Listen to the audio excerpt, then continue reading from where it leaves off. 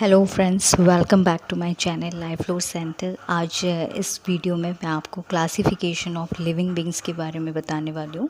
तो सबसे पहले हम इसका इंट्रोडक्शन देख लेते हैं। जो बायोडाइवर्सिटी है, ये भी एक टर्म है जो कि क्लासिफिकेशन से ही रिलेटेड टर्म्स है। इसको हम बायोडाइवर्सिटी भी बोलते हैं।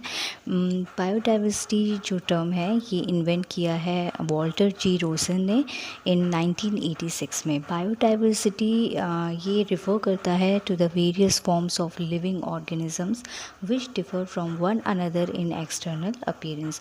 इसका मतलब ये हुआ है, जो हमारे अर्थ में जितनी भी लिविंग ऑर्गेनिजम्स है, चाहे वो प्लांट्स है, एनिमल्स है, ये सब एक दूसरे से बहुत ज़्यादा डिफरेंट होते हैं इन external appearance. The branch of biology that deals with the study of identification and classification of living organism is known as taxonomy। Taxonomy ये एक बायोलॉजी का एक ब्रांच है जिसमें स्टडी किया गया है आइडेंटिफिकेशन और क्लासिफिकेशन लिविंग ऑर्गेनिजम्स का, और इसी को हम साइंस ऑफ क्लासिफिकेशन भी बोलते हैं। जो ये टर्म है टैक्सोनॉमी, ये जो ब्रांच है, इसको दो वर्ड से बनाया गया है। एक है टैक्सिस, जिसका मतलब है अरेंजमेंट, एंड सेकंड वर्ड है नोमोस, जिसका मतलब है रूल और लॉ। तो इसको बोला जाता है रूल ऑफ अरेंजमेंट और law of arrangement. Carolus Linnaeus ये एक साइंटिस्ट थे जिनको हम फादर ऑफ टैक्सोनॉमी बोलते हैं, और इनका बहुत ज़्यादा कंट्रीब्यूशन रहा इसमें क्लासिफिकेशन ऑफ लिविंग ऑर्गेनिजम्स में, इसलिए इनको फादर ऑफ टैक्सोनॉमी बोला जाता है।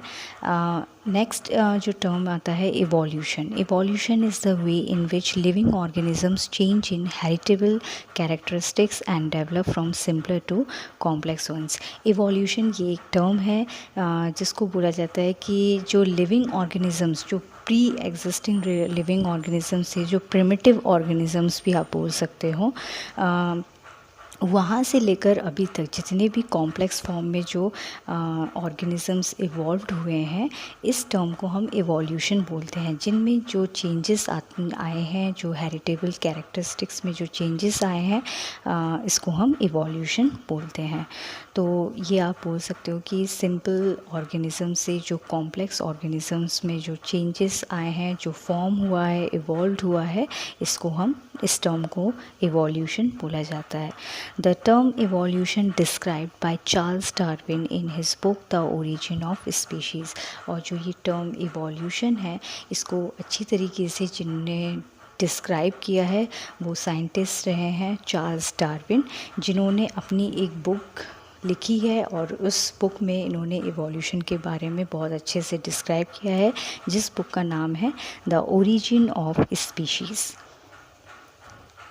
The scientific way of identifying, naming and grouping of living organisms based on similarities and differences is called biological classification। तो biological classification एक टर्म है जिसको हम बोलते हैं कि ये एक साइंटिफिक वे होता है जिसको आइडेंटिफाई किया है, मतलब जो लिविंग ऑर्गेनिजम्स हैं उनको आइडेंटिफाई किया गया है, नेमिंग किया गया है और ग्रुपिंग किया गया है कुछ सिमिलैरिटीज़ और कुछ डिफरेंसेस को देख के। तो इसको बायोलॉजिकल क्लासिफिकेशन बोला जाता है। Biological classification propose by Carolus Linnaeus. Biological classification को दिया गया है साइंटिस्ट के जो साइंटिस्ट है कैरोलस लीनियस, उन्होंने बायोलॉजिकल क्लासिफिकेशन को पूरी तरीके से डिस्क्राइब किया है। एडवांटेजेस ऑफ क्लासिफिकेशन, इसके कुछ एडवांटेजेस हैं। क्लासिफिकेशन क्यों किया गया है, मतलब साइंटिस्ट ने सब अलग अलग ऑर्गेनिजम्स को क्लासीफाई क्यों किया गया है, उनको अलग अलग ग्रुप्स में क्यों रखे हैं, क्योंकि जो एडवांटेज इसका ये है कि it makes the study of living organism systematic and simple. इससे क्या होता है, जो लिविंग ऑर्गेनिज्म के बारे में जो हम स्टडी करते हैं वो एक सिंपल तरीका, इसका एक इजी फॉर्म होता है और एक सिस्टमेटिक तरीका बनाता है, सिंपल बनाता है उसकी स्टडी में। It helps in identifying different organisms and placing them in groups. और इसमें क्या होता है, it helps in identifying different organisms मतलब जितने भी लिविंग ऑर्गेनिज़म, जितने भी डिफरेंट ऑर्गेनिज़म, उसको हम आइडेंटिफाई कर सकते हैं ईजी वे में और उसको एक ग्रुप्स में रख सकते हैं। It helps to generalise the characteristics of each member of the group, और इसको हम जनरलाइज कर सकते हैं, इनकी जो कैरेक्टरिस्टिक्स होती है इसको हम मेमोराइज़ कर सकते हैं कि अगर अलग अलग ग्रुप में अगर जो लिविंग ऑर्गेनिज़म हो तो उनकी कैरेक्टरिस्टिक्स को हम बहुत ईजीली मेमोराइज़ कर सकते हैं। It helps to understand the relationship among different groups of organism. It makes the comparison between groups easier.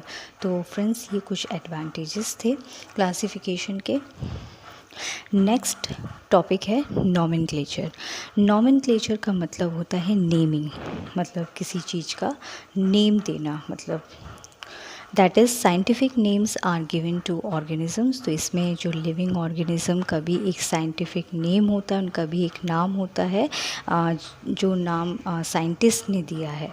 Scientific names are given to organisms generally in Greek और लैटिन, जो कि generally ये Greeks में होते हैं या लेटिन्स में होते हैं। This process of giving scientific names to organism is known as nomenclature, और इस प्रोसेस को बोला जाता है नॉमेनक्लेचर, जिसमें साइंटिफिक नेम्स दिया जाता है लिविंग ऑर्गेनिजम्स को। इसमें एक टाइप आता है बाइनोमियल नॉमेनक्लेचर। जो बाइनोमियल नॉमेनक्लेचर का मतलब होता है जिसमें दो वर्ड्स आते हैं, जिस नेम्स में दो वर्ड्स होते हैं उसको हम बाइनोमियल नॉमेनक्लेचर बोलते हैं। The name of every organism is composed of two components in which the first word is called the generic name and the second one is called the specific name. Generic name में आ जाता है उसका genus and specific name में आता है उसकी species का नाम। The name has two components. This kind of naming is called binomial nomenclature. और जो साइंटिफिक नेम होता है उसमें दो कंपोनेंट होते हैं। इस नेमिंग को हम बाइनोमियल नोमेनक्लेचर बोलते हैं। The first word is the name of genus called generic name and the second word is the name of species called specific name. जैसे कि मैं एक एग्जांपल देती हूँ आपको। The scientific name of man, जो मैन होते हैं, जो ह्यूमन मैन्स होते हैं, ह्यूमन बींग्स होते हैं, उनकी जो साइंटिफिक नेम होती है वो है होमो सेपियंस। होमो सेपियंस में जो पहला वर्ड है homo, homo it is the scientific, it is the generic name. Homo जो है ये जेनेरिक नेम है और सेपियंस जो होता है दैट इज़ स्पेसिफिक नेम, मतलब ये स्पीशीज़ का नाम है। तो होमो सेपियंस दो कंपोनेंट से मिलके बना है। And the scientific name of mango, दूसरा एग्जांपल है मैंगो का। मैंगो जो कि है कॉमन नेम और इसका जो साइंटिफिक नेम है वो है मैग्नीफेरा इंडिका। तो फ्रेंड्स जो मैग्नीफेरा है ये है इसका जीनस नेम, इसका जीनस है, और इंडिका जो है ये है इसका species.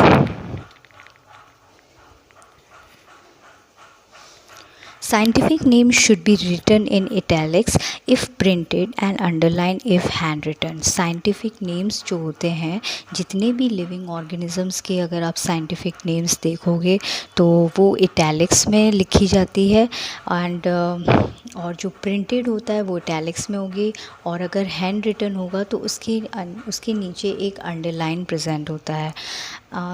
Generic name should begin with a capital letter but specific name should be written in small letter.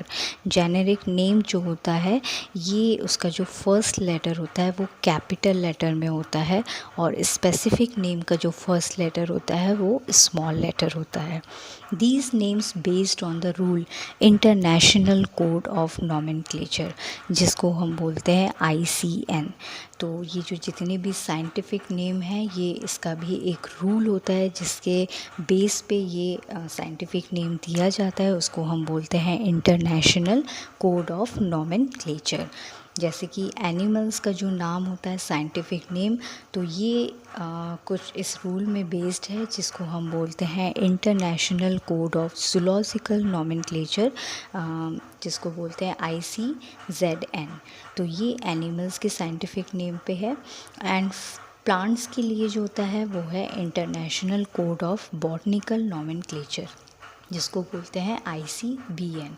तो ये प्लांट्स के लिए है, प्लांट्स की जो भी साइंटिफिक नेम है वो इस रूल पे बेस्ड है, international code of botanical nomenclature. और एनिमल्स के लिए जो होता है वो है international code of zoological nomenclature. Binomial nomenclature was given by Carolus Linnaeus. Binomial nomenclature भी कैरोलस लिनियस ने ही दिया है। तो नेक्स्ट टॉपिक है सिस्टम ऑफ क्लासिफिकेशन। इसमें दो साइंटिस्ट थे, एरिस्टोटल और थियोफ्रेस्टस। एरिस्टोटल ने एनिमल्स को क्लासीफाई किया है और थियोफ्रेस्टस ने जितने भी प्लांट्स हैं उसको क्लासीफाई किया है। In early days of classification animals and plants were classified based on a few characters such as size, life span and presence और absence of certain body parts. तो ये दो साइंटिस्ट ने एनिमल्स और प्लांट्स को जो क्लासीफाई किया है ये कुछ फ्यू कैरेक्टर्स को देखते ही, जो कि है साइज़, लाइफ स्पैन और कुछ बॉडी पार्ट्स का होना नहीं होना, मीन्स प्रेजेंस और एब्सेंस ऑफ बॉडी पार्ट्स। तो इस सिस्टम को बोला जाता है artificial system of classification. Then the two kingdom system of classification which is proposed by Carolus Linnaeus based on similarities in physical and structural characters। और जो दो किंगडम क्लासिफिकेशन है ये कैरोलस लिनियस ने दिया है, जिसको एनिमल्स और प्लांट्स को जो रखा गया है एक किंगडम्स में, एक होता है किंगडम एनिमेलिया, दूसरा होता है किंगडम प्लांटे। तो कुछ फिज़िकल और स्ट्रक्चरल कैरेक्टर्स के बेसिस पे इनको अलग अलग किंगडम दिया गया है। He classified all living organism in two separate kingdom, that is kingdom Plantae and kingdom Animalia. तो दो किंगडम क्लासिफिकेशन को जो बोलते हैं, क्योंकि इसमें दो किंगडम्स आते हैं, एक है kingdom Plantae and kingdom animalia, इसलिए इसको two kingdom system of classification बोला जाता है। नेक्स्ट है units of classification. Units of classification में कुछ हम टैक्सोनॉमिकल लेवल्स देखते हैं, जो कि जिसको बोलते हैं the framework of classification is in a taxonomical levels और taxas in which groups are arranged in a definite order from higher to lower categories। और ये कुछ टैक्सोनॉमिकल लेवल्स है जिसमें ग्रुप्स किया जाता है, लिविंग ऑर्गेनिज्म को एक ग्रुप में रखा गया है, कैटेगरीज में रखा गया है, जो कि अरेंज्ड है एक ऑर्डर में, जो कि from higher to lower categories में रखा गया है। तो सबसे ज़्यादा हाईएस्ट कैटेगरी बोला गया है किंगडम को और लोएस्ट कैटेगरी बोला जाता है स्पीशीज़ को। तो सबसे पहले आता है किंगडम, देन फाइलम और डिवीज़न। फाइलम होता है फॉर एनिमल्स के लिए and division it is for the plants. Then आता है क्लास, देन ऑर्डर, फिर आता है फैमिली, फिर आता है जीनस, फिर आता है स्पीशीज़। तो स्पीशीज़ को सबसे लोएस्ट कैटेगरी में बोलते हैं और जिसको हम बेसिक यूनिट ऑफ क्लासिफिकेशन भी बोला जाता है। किंगडम जो है ये हाईएस्ट कैटेगरी है, जो कि लार्जेस्ट यूनिट ऑफ क्लासिफिकेशन होता है। तो फ्रेंड्स ये था क्लासिफिकेशन का कुछ बेसिक। नेक्स्ट पार्ट में मैं आपको बताऊंगी इसके 5 किंगडम क्लासिफिकेशन के बारे में।